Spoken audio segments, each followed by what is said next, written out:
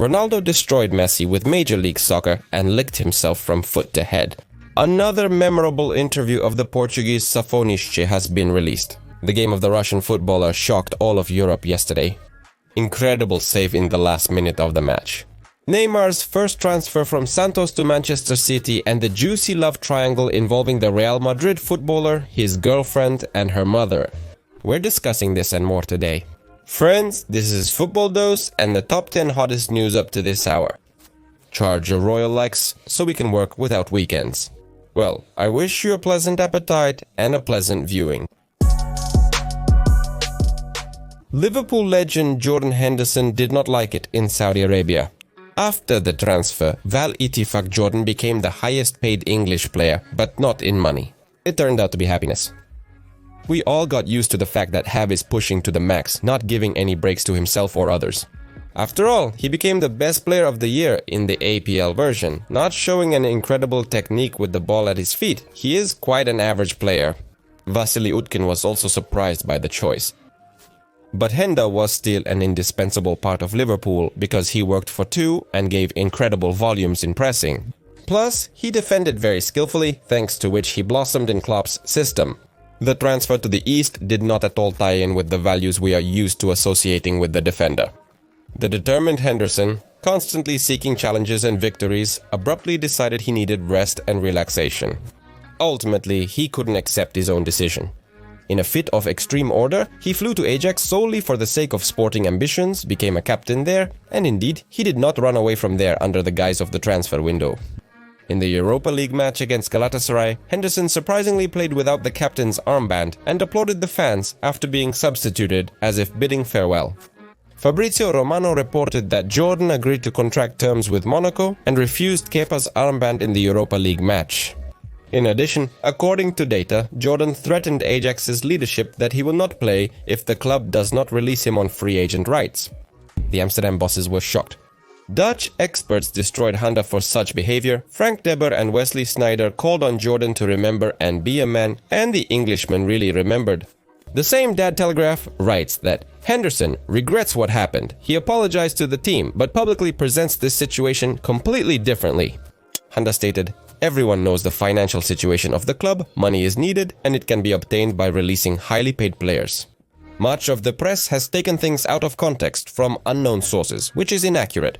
It came to the point where Jordan had a spat with a journalist. At the press conference, the footballer stated he didn't want to leave for free and didn't have a significant offer from Monaco. At the press conference, Henda accused the reporter of lying and lost his temper when asked to clarify the claims further. "I'm just speaking for myself and I don't need to explain anything, but apparently you already know everything." Did I read the details in the article? Yes, and it was a lie. I don't need to sit here and defend myself. Decide for yourselves who to believe and who not to. It's worth noting that Henda didn't even lose his captain's armband. And this says something. In the past transfer window, Manchester City splurged £78 million. In total, all the other English clubs made transfers worth £58 million. The league teams spent 8 times less than Manchester City alone. The logic of City's actions is clear. As soon as they started to lose, they immediately closed this gap with money, as they have been doing for the last 10 years. Manchester has gathered a bunch of cool young players, although there is a theory in England that City has hoarded youth ahead of a possible ban. In addition to Husanov and Reis, the citizens have acquired Jumaba from Walid Rida and immediately loaned him out to Lansba. They've gone completely overboard. There was no smell of any fair play there. But Jacob paid $6 million personally for the unilateral contract termination with the club. Valladolid accused City of illegally manipulating Juma's transfer. Ba and his agent told Valladolid they would unilaterally terminate the contract. The next day, the player decided not to show up for morning practice. Therefore, we asked the legal department to start disciplinary procedures. According to the management of the Spanish team, it was City who advised BA to bypass the system in such a way to circumvent the protective wall. The Spaniards plan to complain to the higher authorities. Sam Juma states that he made legal concessions for contract termination, ensuring everything was done lawfully. In addition to BA, City bought 18-year-old Christian McFarlane from New York City. Remember such a massive purchase of juniors by City? Neither do I. It seems that City's management knows that soon the club will be left without the ability to buy newcomers. This was also stated by Professor of Economics from Sheffield University, Rob Wilson. They face serious sanctions, including a summer transfer ban. This explains their January market activity. I expect punishment, but it'll be a win for City and the Premier League. The largest point deduction ever, yet not enough to truly destabilize the club. The same was told by the expert in football finances and a lecturer at the University of Liverpool, Kieran Maguire. According to him, City will be deducted from 60 to 100 points, plus they will be left without transfers. And no matter how City brags having already lost the interim court of the Court of Arbitration for Sport on most points, I think it's obvious that a very serious punishment awaits. The transfer ban is just the tip of the iceberg, but we see that the club is actively preparing for it.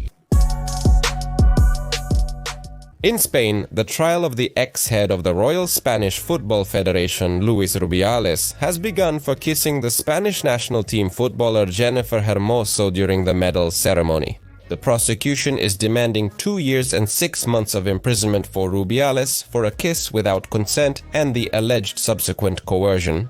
Among the defendants were former Spain coach Albert Luque, former women's national team coach Jorge Vilda, and former Royal Spanish Football Federation marketing manager Ruben Rivera. The prosecution is asking for them to be sentenced to 1 year and 6 months in prison for acts of coercion. In court, Hermosa alleged that Rubiales forcefully grabbed her, leaving her confused and devastated that Luis had spoiled her wedding day.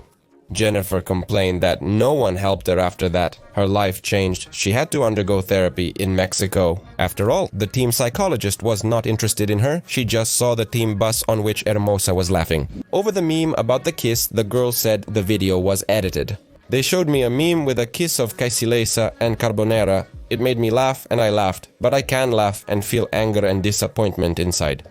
In addition to all the aforementioned sides of Rubiales, the deadline even threatens the current coach of the men's team, Luis de la Fuente.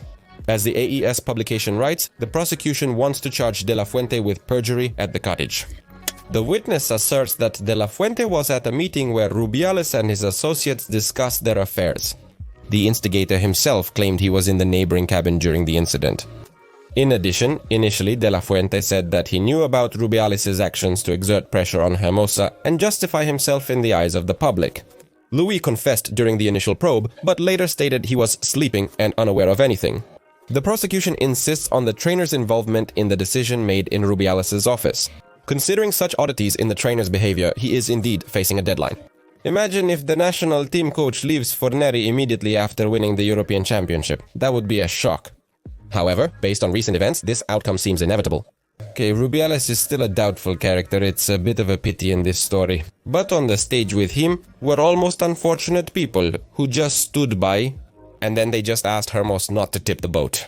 So yes, it's really intense for De La Fuente.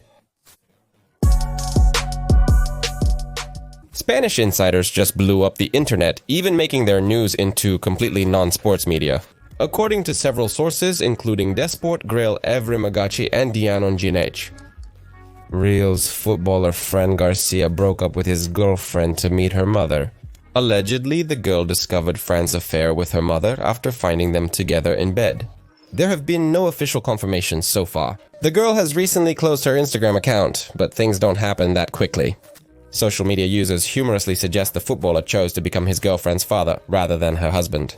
Meanwhile, Fran and his ex-girlfriend Estela are still following each other. The Spaniard's hot content went viral on social media for unknown reasons. A joint photo of Fran and his wife Andrea Lunin.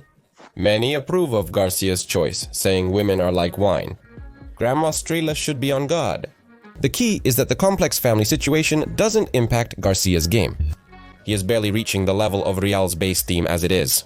And that's because Ferland Mendy performed wonderfully even in defense, and that's his main feature. I won't be surprised if at the end of the season Madrid sells both the first and the second one. If Alphonso Davies had come to Real, I would have been almost certain of this. But yesterday, the Canadian agreed to the terms of a new contract with Bavaria. So Fran Garcia may not have to move his MILF from Madrid next season. Real Madrid is not at all supporting Carlo Ancelotti in the market. Obviously, Slivoc needs new defenders, but the winter transfer window has closed and the club hasn't bought anyone. It's known that Florentino Perez believes buying players in the winter transfer window doesn't make sense. The player will miss the preseason, lacking time to adapt to the team. and he will mainly fit in only by summer, so why rush? Moreover, players often cost more in January than in the summer.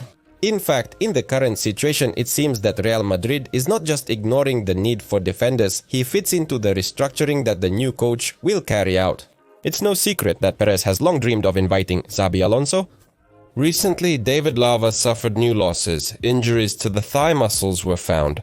According to journalist Jose Luis Sanchez, the footballer will miss 2 to 3 weeks, and the Austrian has just returned after a cruciate ligament injury of the knee. Rudiger flew out in the past and will miss 3 weeks due to an injury sustained on February 1st. His last break was precisely a year ago with an identical recovery time. Right now, Real is left with only 2 professional center-backs, young Jesus Vallejo and Raul Asensio. Plus, Tchouaméni can play in the center. Imagine having to choose a duo from them for the match against Man City and Atletico Madrid. Poor Carlo Ancelotti, although he's not so poor with his job. After leaving Real, Carlo has many options. If Xabi Alonso replaces him this summer, he'll likely take over Roma. AES reports that the Fritkin family, owners of Volkov, personally reached out to Ancelotti to persuade him to come back to Rome. For him, they are ready to spend a lot on the market. Carlo is offered fantastic conditions to restart the Roman project. And what, at least if desired, you can buy so many center-backs that the current situation in Real will be forgotten like a terrible dream. Kylian Mbappe was excluded from the Real Madrid squad. News that will definitely not leave anyone indifferent. Recently, the Frenchman has been a stable force in the attack from the left. No one is showing better results than Real's number 9. He brings a lot of benefit with his actions and scores important goals. So what has the French forward done that the coaching staff decided not to include him in the upcoming trip? In just a couple of months, Mbappe has transformed from just a footballer with a loud name who can't adapt in a new club into a real leader. However, this 6-month journey turned out to be thorny. At one point, it appeared that Mbappe might succumb to the immense pressure and crumble, similar to Hazard. Also during this period, various news came about his possible conflicts with team partners. One of the most interesting were his interactions with Vinicius Jr., who was already a leader of the Madrid club's attack. Perhaps not wanting the Brazilian to step into the shadows, giving all the laurels to the newly arrived footballer. But reports suggest this conflict was quashed before it even began. However, he was not the cause for the attacking player's exclusion from the team. In the last game against Espanyol, the Frenchman received a painful blow to the calf muscle. Moreover, the Catalan player was only shown a yellow card, which Real Madrid's representatives reacted very sharply to. They began discussing a war between the Madrid grandee and Spanish football's leadership. Mbappe outplayed the one-on-one. However, over the next few days, a large bruise formed on his leg, which led the coaching staff to be cautious with their star player and leave him out of the squad for the cup match against Leganes. In this game, Ancelotti plans to rotate the squad and, possibly, will give playing time to a talented Turk who is chomping at the bit on the bench. Instead of Mbappe, most likely another young talent will get a chance who has been given only a few minutes, namely Endrick. This will be a good chance for the young Brazilian to show himself. Regardless of Leganes' rank in the Spanish La Liga, they are a skilled team adept at positional defense. If a skeptical smile appeared on your face after these words, you can ask for Hansi Flick's opinion about Leganes. He will thoroughly explain all the complexities of the team in the lower half of the tournament standings. And if the powerful Hendrik independently finds a way to break through Leganes' defense, it will certainly raise his value in the eyes of coach Slivovshny. Alexei Mironchuk's team is gearing up to challenge Inter Miami, home to Messi, Suarez and other top players. Last season, Atlanta managed to beat the Florida team in a competition up to 2 victories. For many, its passage was a shock as Atlanta barely made it into the playoffs at the last moment. And Miami ended up in the top spot in the Eastern Conference, thereby winning a historic title for themselves. Atlanta's chances of advancing were miserable. Nevertheless, Mironchuk's team overcame Messi's band and made it to the quarterfinals. As clubs gear up for the season with friendly matches, their management focuses on bolstering the squads. And it's already noticeable that Atalanta wants to significantly increase its attacking power, possibly becoming another contender for the championship. A few days ago, Atalanta signed forward Miguel Almiron from Miguel Almiron. Just a couple of seasons ago, this Paraguayan footballer was making waves in the English Premier League with his headers. Despite his recent decline, the intense competition in Newcastle proves too fierce for some top players to handle. Alexander Isak, after relocating to the British Isles, has become one of the most sought-after forwards worldwide. Almiron will already be playing as a winger in Atlanta. And the one to score most of the goals should be the newly arrived Emmanuel Latella, whom the American club bought for a record 22 million euros for local football. At this rate, in a few years, the level of spending in Major League Soccer will reach European standards.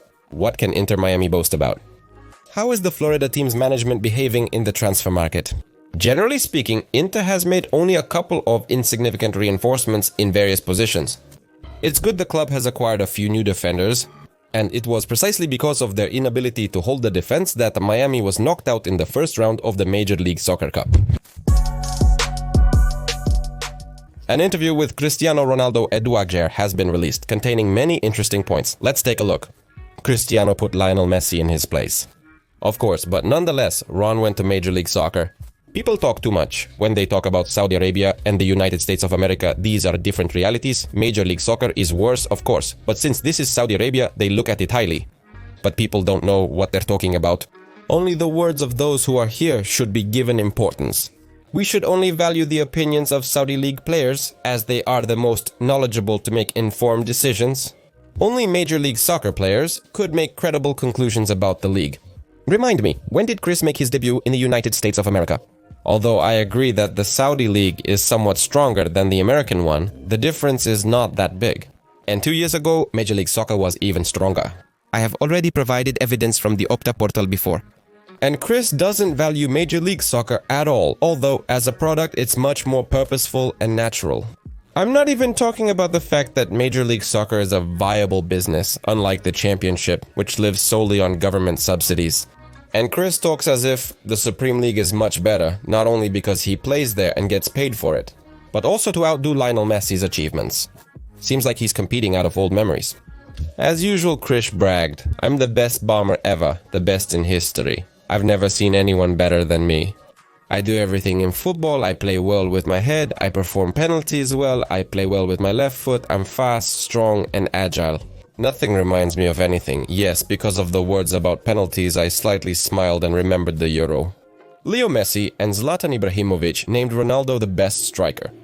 The peak toothpick really outsmarted everyone on the field, was physically strong, but unlike the late Ronaldo, he also bypassed 3 to 4 opponents without any problems. But even he had flaws in his play, defense and pressing. Much better than Marat in the role of a false nine, and assistant better than Kane and Messi. There simply is no perfect bombardier after all, there is no limit to perfection, and the question of the best in history is simply a matter of taste. So you can't argue here with Ronaldo, even though he might not answer the question of preferring the very Ronaldo. We already know that. Neymar is already setting his demands before the Santos management. The Brazilian hasn't even had time to unpack his suitcases, if he even has any. He hasn't secured permanent housing yet. He flies to training on a helicopter while insisting on signing new players for the club. Management has no choice but to listen to the ideas of the future owner. According to the Brazilian portal, Neymar hopes to see Leandro Paredes in Santos. The Brazilian befriended the defender while playing together at Paris Saint-Germain. He now hopes to reunite and play alongside him again at Santos. The club initiated negotiations to transfer the Argentine footballer. Paredes himself is positively considering returning to South America. But Roma is not planning to let go of the midfielder, despite his contract expiring this summer. By winter's end, we'll know how the Paredes to Santos transfer saga resolves. The transfer window in Brazil closes on the last day of the month. This means Neymar's subordinates will still have time to persuade Roma's management. Meanwhile, it became known when the star Brazilian will make his debut for the team again. This will happen on his birthday, February 5th. That is today, if we were in Brazil. But because of the time zone difference, Neymar's debut for our fan will take place on Wednesday night into Thursday. The club is actively working to get the footballer in shape for the next championship match against Botafogo. In the near future, Santos will play one of the most important and difficult matches of the season. He will visit the current leader of the Brazilian league, Corinthians. This is where Neymar can show what he's worth. And has he lost his form during his year-and-a-half break in Saudi Arabia? Yesterday in the Coupe de France, a real epic happened with Lille, who knocked out Feyenoord, knocked out Real Madrid, Atletico Madrid and Bologna, and was knocked out by humble Dunkirk from the second division. The main time of the match ended with a score of 1-1, and Dunkirk pulled out a draw in the 96th minute. It came down to a penalty shootout, and in it the Dogs should have had no problem dealing with the opponent after all they led, but it was not to be. Somehow Lille lost the advantage and lost with a score of 4-5 in the series. Paris Saint-Germain didn't allow disgrace, despite not showing incredible football against 3rd Division Limano. Bradley Barkley, fearing Quichi Kvaratskhelia arrival, scored a stunning goal on the turn, evading Limano's defender. Sam Quicha spent the whole match on the field and looked good, ended the game, even without resultative actions, but with a rating of 7 whole tenths. SAFONOV finally made the start. Yes, he was clearly nervous, but he saved the team from missing out. A miraculous save from SAFONOV happened at the very end. In the 90th minute, he made a direct hit on the reaction, and the ball even bounced off the crossbar. Find match reviews and SAFONOV's save in our Telegraph, link in the description and pinned comment. We'll also cover a few additional transfers. Manchester United has loaned Tirola Malasio to PSV. The defender hardly played for MU and Tramp. I hope at least they won't persecute him in his homeland. MU just signed a replacement. Diego Dorgu, a strong, quick and persistent versatile player from Lecce, is known for his lack of injury history. MU has long pursued Alphonso Davies, but the Canadian remained with Bayern Munich. His contract extension is a major winter transfer for the Bavarian club and is crucial for their future. After all, at Real Madrid they were completely sure at one time that they would get the defender. Spanish media reported Davies was virtually certain to join Madrid. In Bavaria, Davies had an unprecedented presentation, best in history. And they didn't even have to gather people at the Allianz Arena. Davies, a rapper, dropped a track called Among Other Things Catchy to celebrate his new contract. When the player was presented like this historical nonsense. By the way, you can listen and evaluate in our Telegraph. Thanks for watching and subscribing, that's all for today. My name is Kirill Kasta, this was your daily dose of football. Peace to your house and your hunger, friends.